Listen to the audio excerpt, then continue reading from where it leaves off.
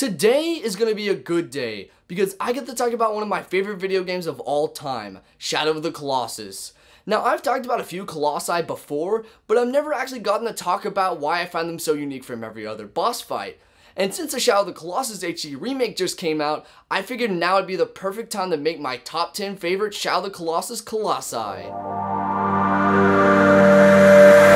Before we get into this video, I have a few things to say. 1. If you have never played Shadow of the Colossus before, then please do yourself a favor and go and play the game before watching this video, because I will be spoiling the plot of the game. And trust me, you want to experience this game on your own. And 2, this is my opinion. So if you see a Colossus on here that you don't like, or you see a Colossus that you do like didn't make my list, then please don't get too mad. So now that I've gotten that out of the way, let's talk about my top 10 favorite Shadow of the Colossus Colossi. Shadow of the Colossus has a wide variety of bosses. You can see a giant wielding a massive sword, a massive leviathan gracefully gliding through the sky, and even huge colossi that dwell under the murky waters below. Yeah, that's right, I'm going to be talking about one of the two underwater colossi.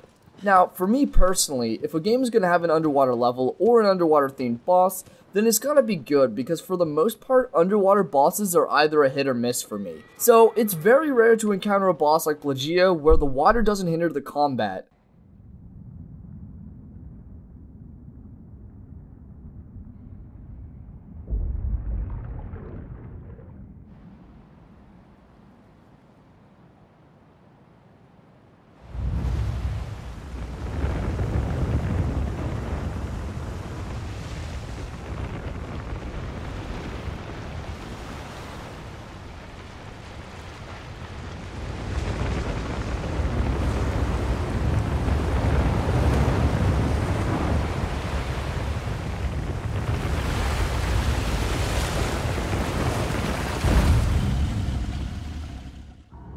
Although PHAEDRA's fight might not be entirely underwater, it's still surrounded by it, and you do have to use it to help defeat him. It's actually a good thing that this fight doesn't take place entirely underwater, because then we would get another boss like PHAEDRA, and trust me, nobody wants that. Now, what makes PHAEDRA an interesting boss, and the main reason that he's on my list, is the fact that he probably has one of the most bizarre ways of beating him. In order to defeat PHAEDRA, you have to swim in the water to get to his back, and then you have to climb his back in order to get to his head. Once you get to his head, you'll see these huge teeth protruding from it. Now, when I first got to this part in the fight, I was very confused on what to do, because I didn't see a weak spot, so I just went with the Shadow of Colossus logic and started whacking my sword against the shiny green glowing teeth. Once I hit his teeth, I noticed that I started moving towards the direction of the teeth that I hit, and it was at this moment when I found my love for this Colossus' fight. This is the first Colossus that you have power over.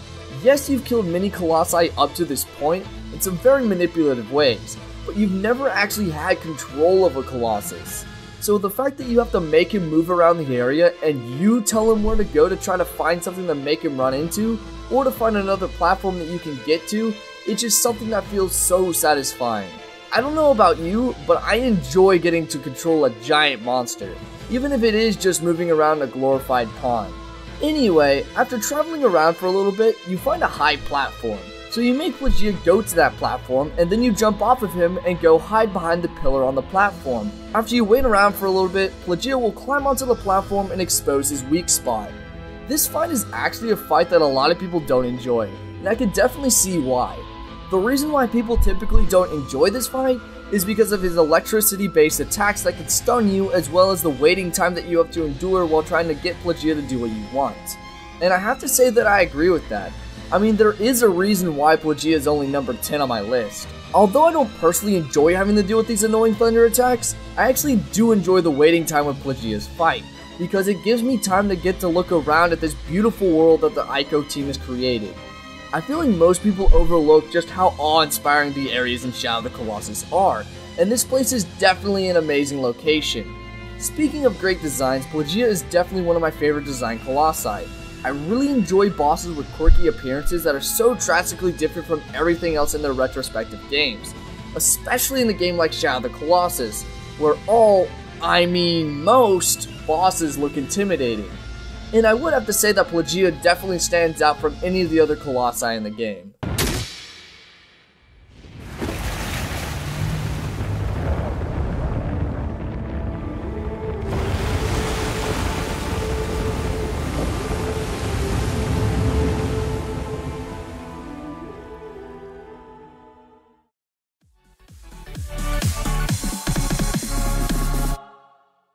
I love the way that you fight each Colossus.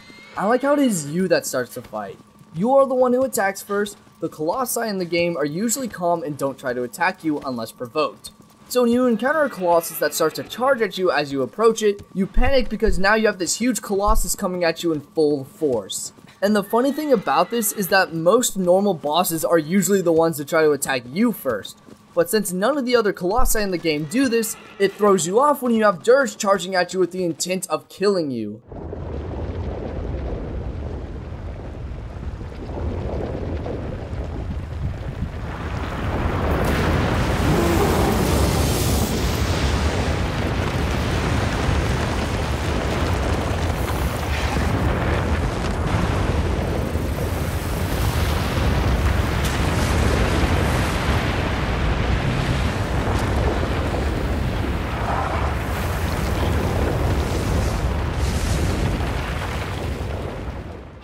Now, Dirge is an interesting Colossus to me because of his fight.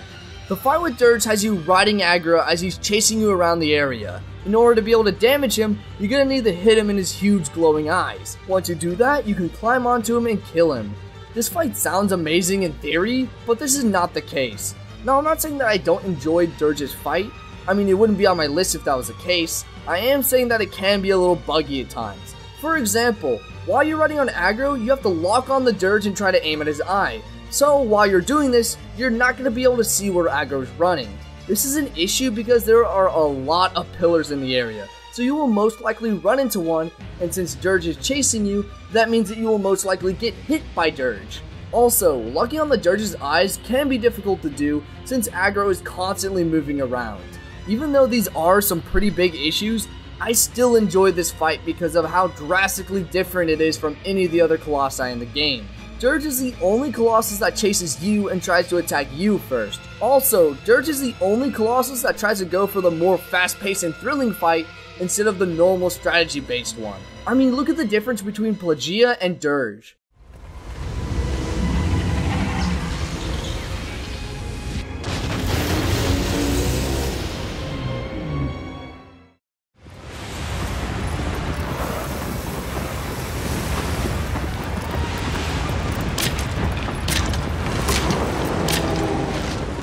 See what I mean? These are two completely different types of fights. With Dirge's fight, you're trying to do whatever you can to survive. You're running from it at full speed. You're shooting it with arrows thinking that you could possibly stop it from chasing you, and it looks intimidating as hell. As for PHAEDRA's fight, you're waiting for the opportune time to get to another point in the fight, or to try to attack it, which I really do enjoy, especially when it comes to Shadow of the Colossus. However, I like to see a change in the game's formula. And I could definitely say that Dirge changes Shadow of the Colossus' formula up. It's just a shame that these bugs in its fight can ruin the experience of being chased by a giant Colossus through an unknown area.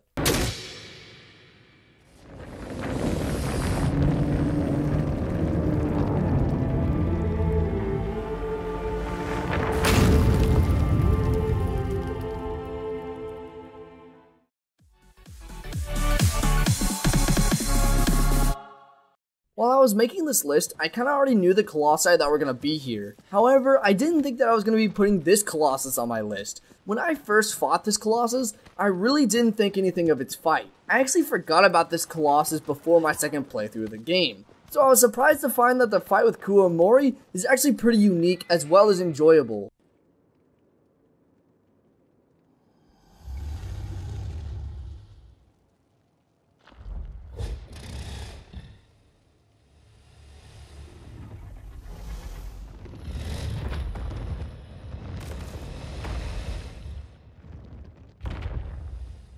Looking back at this fight, I don't know why I found this fight to be forgettable.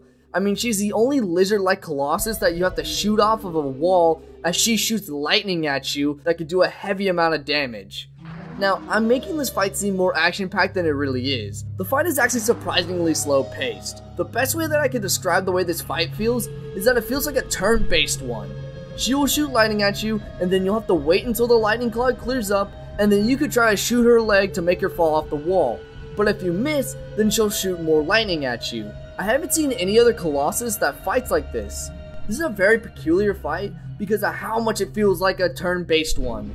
I mean, I can't describe any other fight from this game that feels like this. Also, Kiramori could be a lot more dangerous if she were to spam those thunder attacks at you, but she doesn't. It's almost as if she isn't trying to kill you, just trying to defend herself. That's weird. It's almost like the Colossi aren't as dangerous as we're led on to believe. And she's a smaller Colossus that's actually enjoyable to fight. I'm looking at you, Celestia. I think the reason why Kiramori is an enjoyable small Colossus, and Celestia and Cinnaba aren't, is because instead of having to run away from her and having to chase her down once you've done some very stupid specific thing, like you have to do with Celestia and Cinnaba, she doesn't run from you. She stands her ground and tries to defend herself as best as she can. And even once you've wounded her, she still stands her ground, which not only makes this a more sad fight, but makes it actually enjoyable, because it's not just like Cinnaba and Celestia that run away from you once you've done enough damage to them. And plus, the area where you fight her is a lot smaller than the areas where you fight Cinnaba and Celestia, which makes it so it's harder for you or her to run away. Oh, and can I just say that the area where you fight Kiramori is beautiful? I'm currently taking an architecture class, so I've grown to appreciate buildings a lot more. And after playing through Shadow of the Colossus and watching some other people's videos about the game, I've noticed that the structures are overshadowed by the other Colossi. Boo! You stink!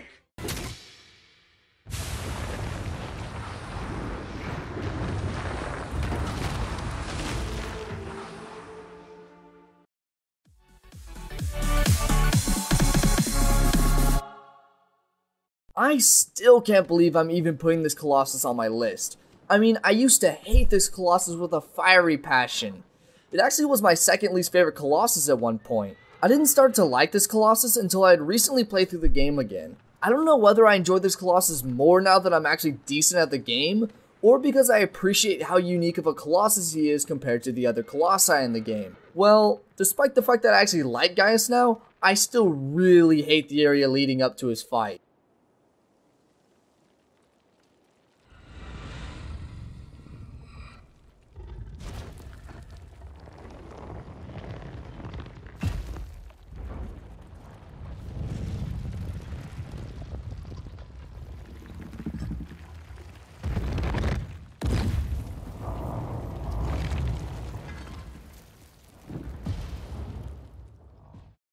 Looking back at Gaius now, I can definitely see why I used to not like this Colossus. Figuring out that you need to get him to smash his arm into a specific rock in order to get him to break his armor, so that you can climb up his arm is not only a little hard to pick up on, but is also a lot easier said than done. I still have an issue trying to gauge where I need to stand and how far he has to be from me in order to get him to hit this small rock. And not even to mention the fact that this Colossus, in my opinion, is the hardest one to get to. Now, I'm fine with traveling through the woods. I really don't mind that part. What I do mind is having to swim through a bunch of water to get to a long arc that you have to climb up and then have to jump off of to grab this edge. And then after that, having to shimmy across it to get yourself perfectly aligned with this platform here. Alright, let me just get this set up. Damn it. Okay, maybe if I try doing it like this. Of course not. Okay, I'm gonna make it first try. Here we go. Damn it! So you can see why I used to not like this Colossus. However, my perspective about Gaius has changed a lot since I first played through the game. For starters, I actually find the section of the fight where you have to get him to slam his sword into the rock to be a very smart and intuitive mechanic. I didn't notice it the first time I was playing the game, but when you get to Gaius' arena, the first thing that grabs your eye besides the huge Colossus in the background is the random gray rock on the edge of the arena.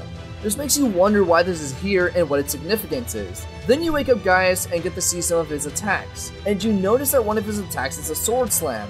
This makes you wonder what would happen if Gaius were to slam that gray rock you saw earlier. So you lure him over to the rock to get him to hit it, and lo and behold, his arm breaks. This is a great example of an intuitive tutorial, meaning that the game is explaining a new mechanic to you without holding your hand and straight up telling you what to do.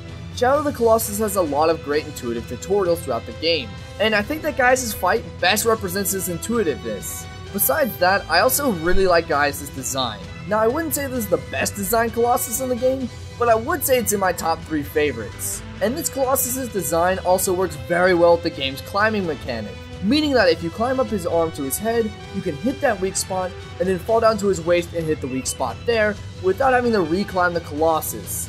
This is especially good for this Colossus because of how much of a pain it is to get back on him.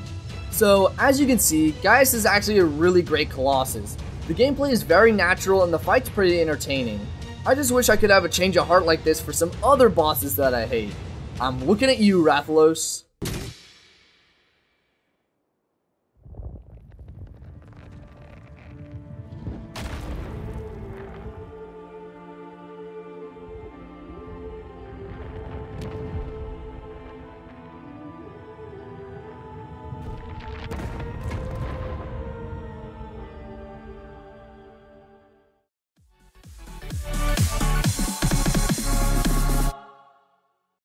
What makes a good first boss? For me personally, I want a first boss to show me a little bit of a glimpse of what's to come. I want to see a fight that is fun and sucks me into the world of the game I'm playing. If the first boss in the game isn't at least decent, then I'll most likely not continue playing that game. Now, I understand that each game is different when it comes to boss fights because it isn't the focus of every single game. But if you're gonna have bosses in your game, then at least make them enjoyable. Why do I bring this up? Well, I bring this up because Shadow of the Colossus easily has one of the best first bosses that I've ever had the pleasure of fighting. This first boss is, of course, Valis.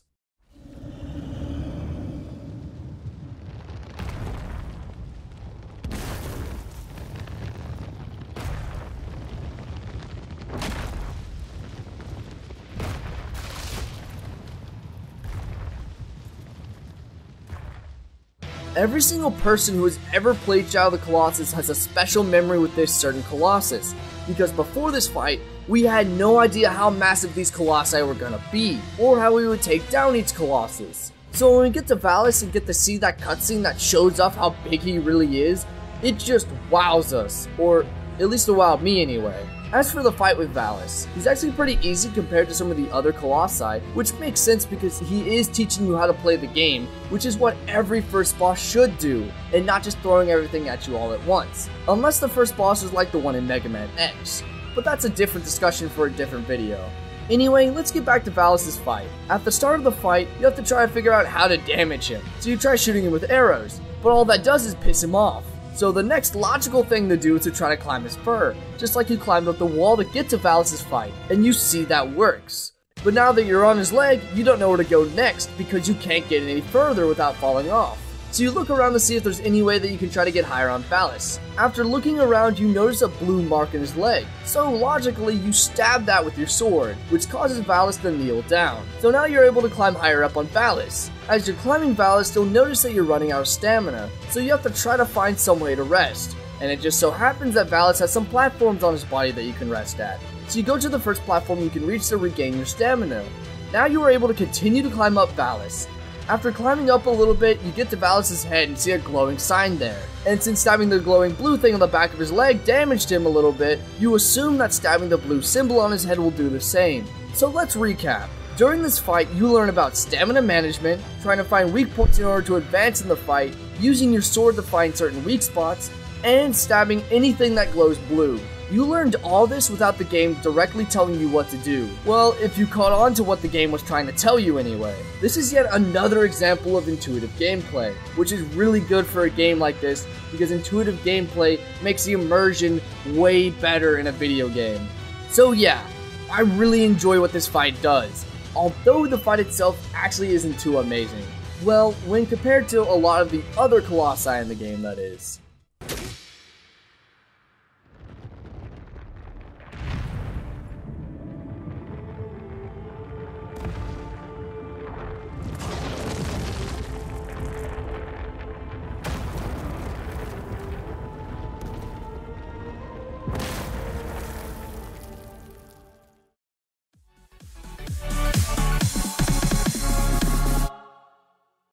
My next choice might be an odd one, because I don't find many people that enjoy this Colossus. People see it as one of the worst ones in the game, because it seems to be luck-based, difficult to discover how to defeat it, and stupid easy to kill once you actually manage to get on it. However, all of that doesn't stop me from enjoying PHAEDRA's fight.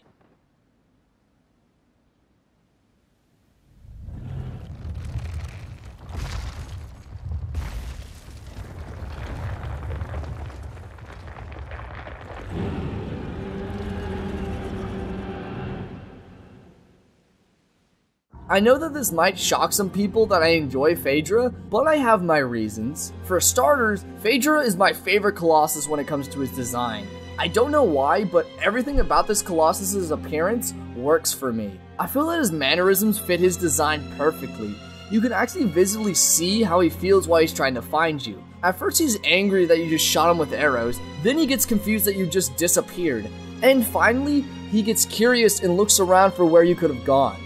PHAEDRA shows that these Colossi might be smarter than we think they are. He doesn't try to attack where he thinks you are over and over again. He eventually stops attacking where he last saw you because he sees that it isn't doing anything. So he decides to try to find you instead of giving up like a lot of wild animals do. And another thing that I really like about PHAEDRA is his theme. His theme is one of the most memorable ones in the game, because I can remember spending so much time trying to figure out how to defeat him. This theme perfectly mimics the feeling of waiting and trying to come up with a way to defeat PHAEDRA. And then once you finally manage to get on PHAEDRA, the theme picks up and gives you the feeling of triumph as you finally outsmarted him and were able to get on him.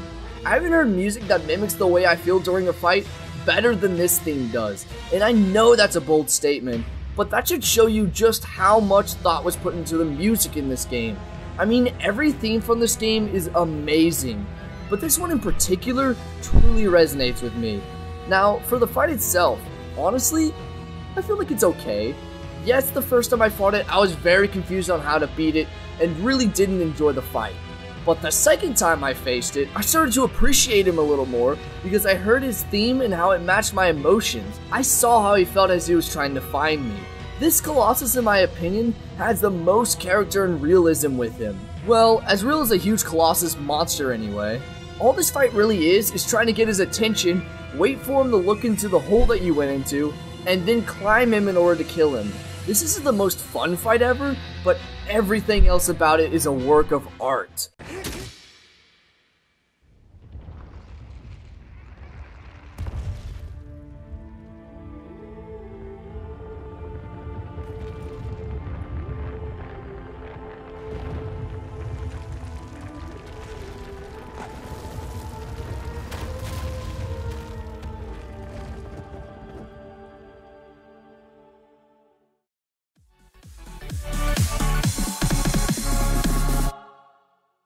As y'all might know, I like a lot of bosses, and I do mean a lot.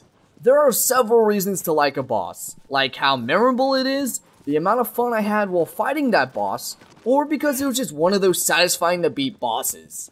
However, there are some of those bosses that you just love, but can't explain why you love them so much. And I would have to say that QUADRATUS is one of those types of bosses for me.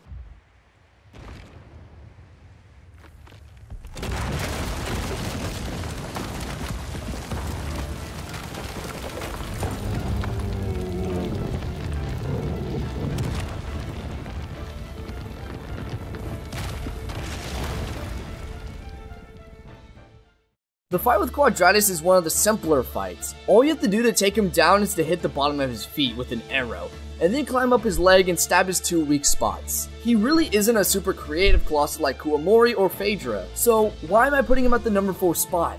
Well, I'm going to talk about what I like about QUADRATUS, and maybe that will help me figure out a better reason for enjoying this Colossus. For starters, I really enjoy QUADRATUS' design. I like the bull/mammoth design that he's going for.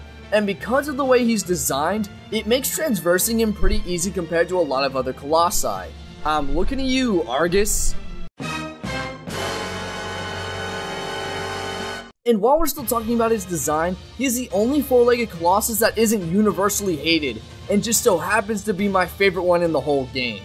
Now that I think about it, I really don't like a majority of the 4-legged Colossi in the game. In fact, 2 of them are my least favorite Colossi. Moving on from QUADRATUS' design, I want to talk about something that really doesn't have much to do with Shadow of the Colossus. Back in 2013, I was playing through Shadow of the Colossus for the first time. I was enjoying everything about the game. I liked the massive world that this game created, the Colossi that inhabited the world, and most importantly, the fact that the game was just about boss fights. After playing through this game, I wanted to make a video about the bosses in Shadow of the Colossus. So I started working on my top 10 Shadow of the Colossus bosses. But as I was writing about QUADRATUS for my original top 10, I realized that I wanted to talk more about just QUADRATUS instead of all the bosses as a whole. So if it wasn't for me wanting to make this top 10 back in 2013, I would have never created Know Your Bosses. Yeah, that's right, this was the boss that inspired me to create the only somewhat original thing on my channel. So I guess that's really the reason why I like this Colossus. Yes, he's a fun boss, but really it's because of this boss that I came up with a clever way to talk about some of my favorite bosses in video games. So, I have you to thank for that, Quadratus. Thank you, buddy.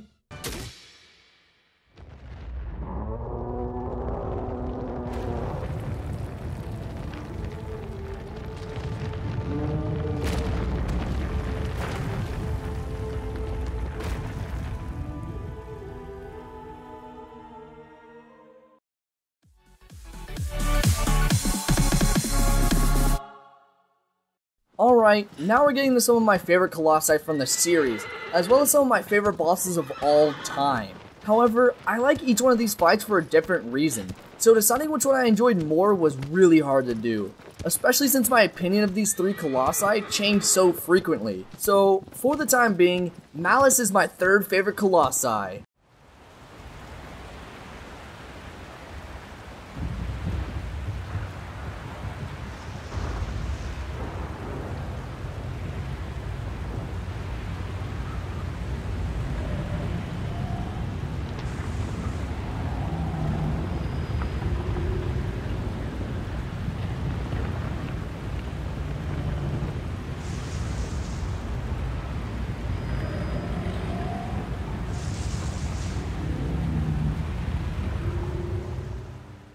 Now, there are a bunch of reasons why I like this Colossi, but the main reason for me liking him is because of his impact on the story.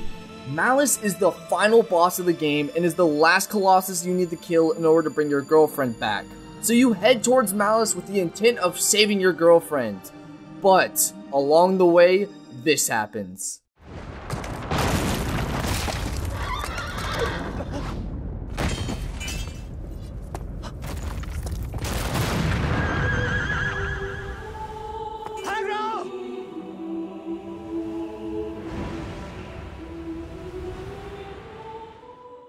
You lose aggro just before the fight with Malice begins, and at this point in the game, you are pretty close with your horse, because he has been there with you since the start of the game. Now that he's gone, you're sad because you lost one of the video game's most famous horses. But then you realize that Wanderer has nothing left in his life now, which makes you sympathize with Wanderer. But once Aggro's death sinks in, you realize that you can still bring Wanderer's girlfriend back so he doesn't lose everything. So you head towards Malice with anger that he was the indirect reason why Aggro died. And something that I didn't realize until writing the script is that Malice's name is perfect for what this fight represents.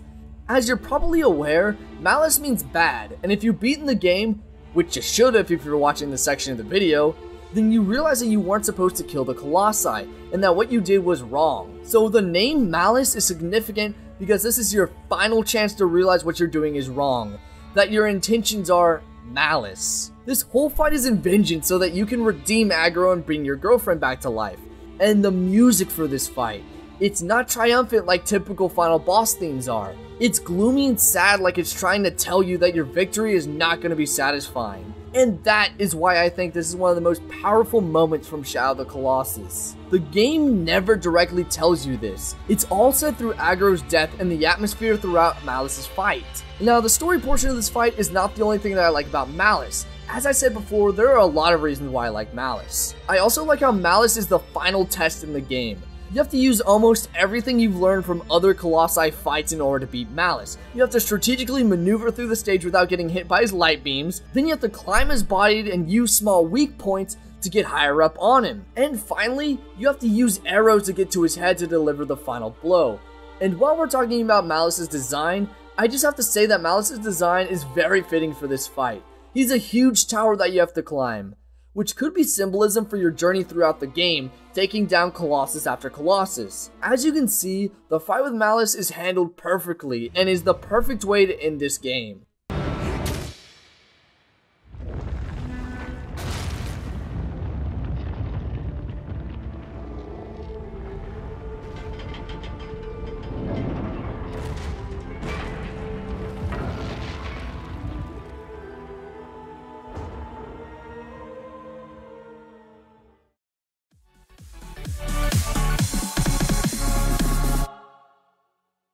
At this point in the video, you can probably figure out what my two favorite Colossi are, but for the sake of the video, I'll try to keep you in suspense and pretend like it isn't super obvious. I obviously still really love this Colossus, considering the fact that it's still in my top 3 favorite Colossi. This Colossus was my favorite one for a long time. Now, my opinion didn't change about this Colossus. I obviously still really love it, considering the fact that it's still in my top 3 favorites. It wasn't until I started working on this video that I realized that there was one Colossus I love more than Phalanx. But I'll get to that Colossus in a few minutes.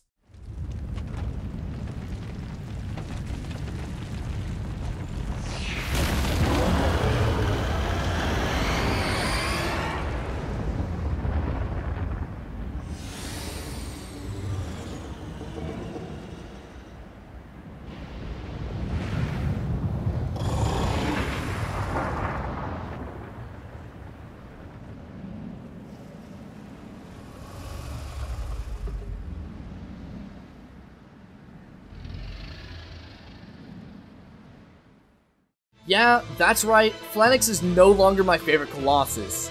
Now, I am fully aware that he is a fan favorite and is fundamentally an amazing boss, but I do have my issues with this Colossus. For starters, I absolutely hate how annoying it is having to ride aggro to catch up to his wings, and then jump off of aggro to get onto his wings. This might look easy to do, but it isn't, because aggro's controls are kind of trash, and trying to figure out the right time to jump is actually pretty tricky.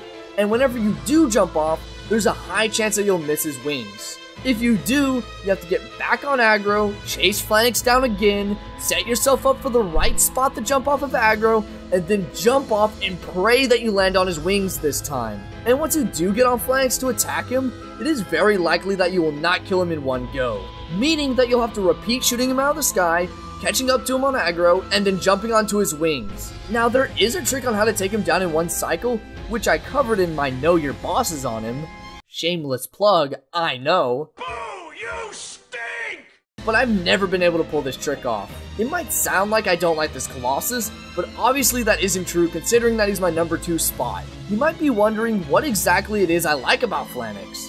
Well, I'm a huge fan of his significance on the story. Out of all the Colossi, this is the only one that will never attack you or even try to defend itself. This is the first Colossus that really makes you think about what you're doing and whether killing these Colossi is a good thing or not. This is the point in the game for me that made me start thinking like this. I mean, the only way that you can die during this fight is if you fall off of Phalanx when he's doing a barrel roll. Do a barrel roll! I mean, Alarion roll. Also, the music during this fight is some of the best music in the game. Just listen to this theme.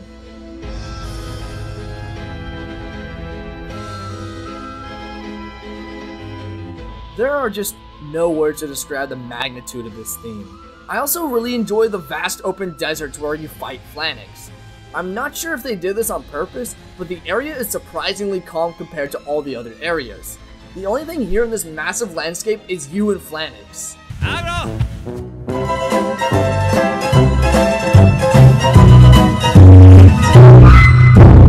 Oh yeah, in aggro. Although Phalanx has its flaws, I still think that it is one of the best Colossi in the game, and would recommend that you fight this Colossus if you haven't fought it yet.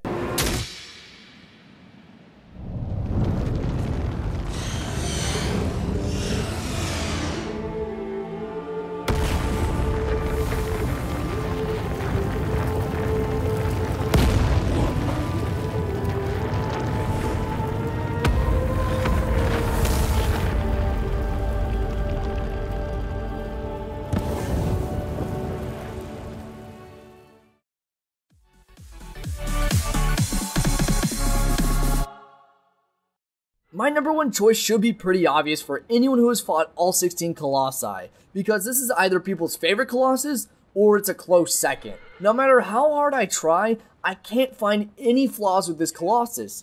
The area where you fight this Colossus is yet another beautiful locale. The fight is fun and thrilling, it has an amazing design, and it is one of the best themes in the entire game. I feel like I talk about the areas and themes so much in this game. It's just because they're all so good. I mean, I keep saying it's one of my favorites or it's one of the best because it just really is that good.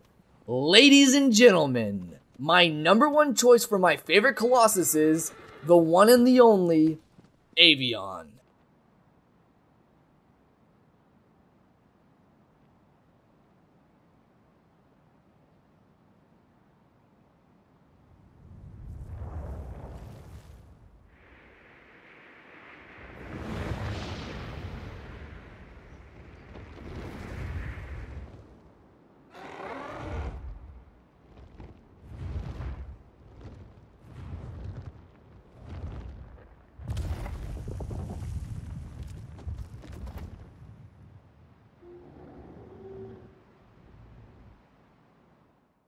my god, is this Colossus fun to fight? How many of y'all left this fight wanting to immediately fight him again? Because I know I did. In fact, when I beat him, I played through the entire game again up to the 4th Colossus and made a separate save file right before the 5th one. Yeah, I really like this Colossus. One of the main reasons why I like this Colossus so much is because of how simple his fight is. Once you get to Avion's area, all you have to do is shoot him with an arrow. After you do this, he'll fly towards you. No, I'm sorry, I lied. He doesn't fly towards you, he flies at you. He's quick, so you gotta be ready to jump onto his wings once he gets close enough. And once you do that, all you have to do is attack him. But as y'all both start to ascend to the sky, you hear this godly theme start to play.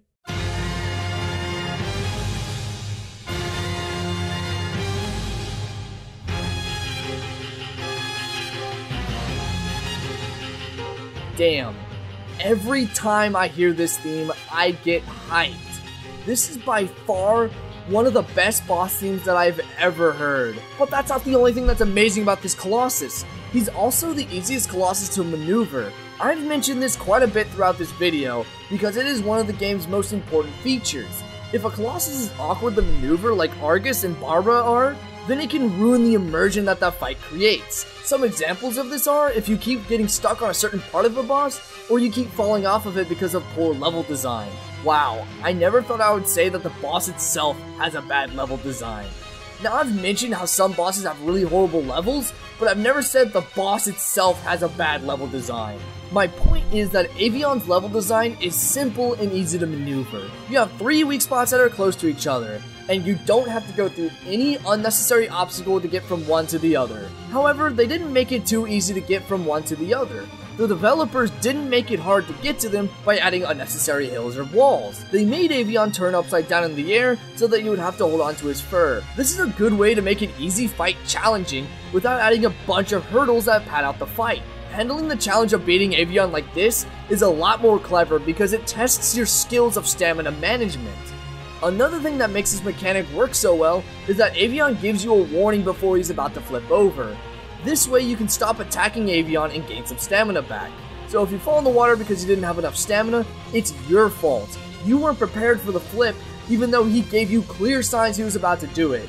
To prove my point of how Avion is really easy to maneuver, let's take a look at Valis. Valis has a bunch of platforms that you can easily get stuck on. Like I remember a few times that I got stuck on this platform here or this platform here, and it took me a while to get around it, and sometimes it even caused me to fall off of the Colossus. Now, I get it, not every boss is going to be easy to maneuver. I mean, some of them are really a pain in the ass to maneuver, like Barbara. Avion is by far Ico's magnum opus of Colossi, and is truly a magnificent boss battle.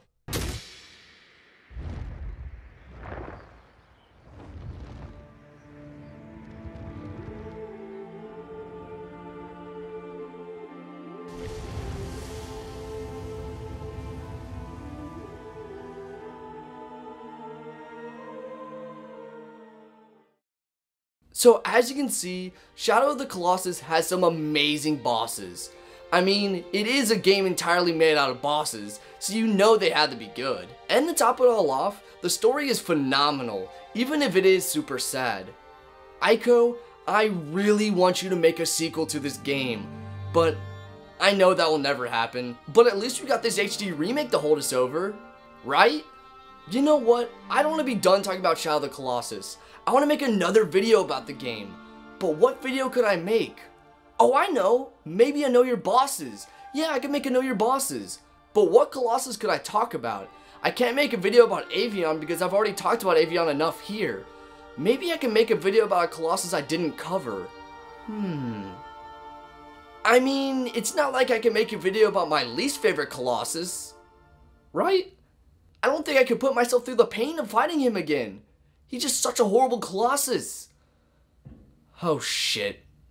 I'm gonna have to make a video about Celestia, aren't I?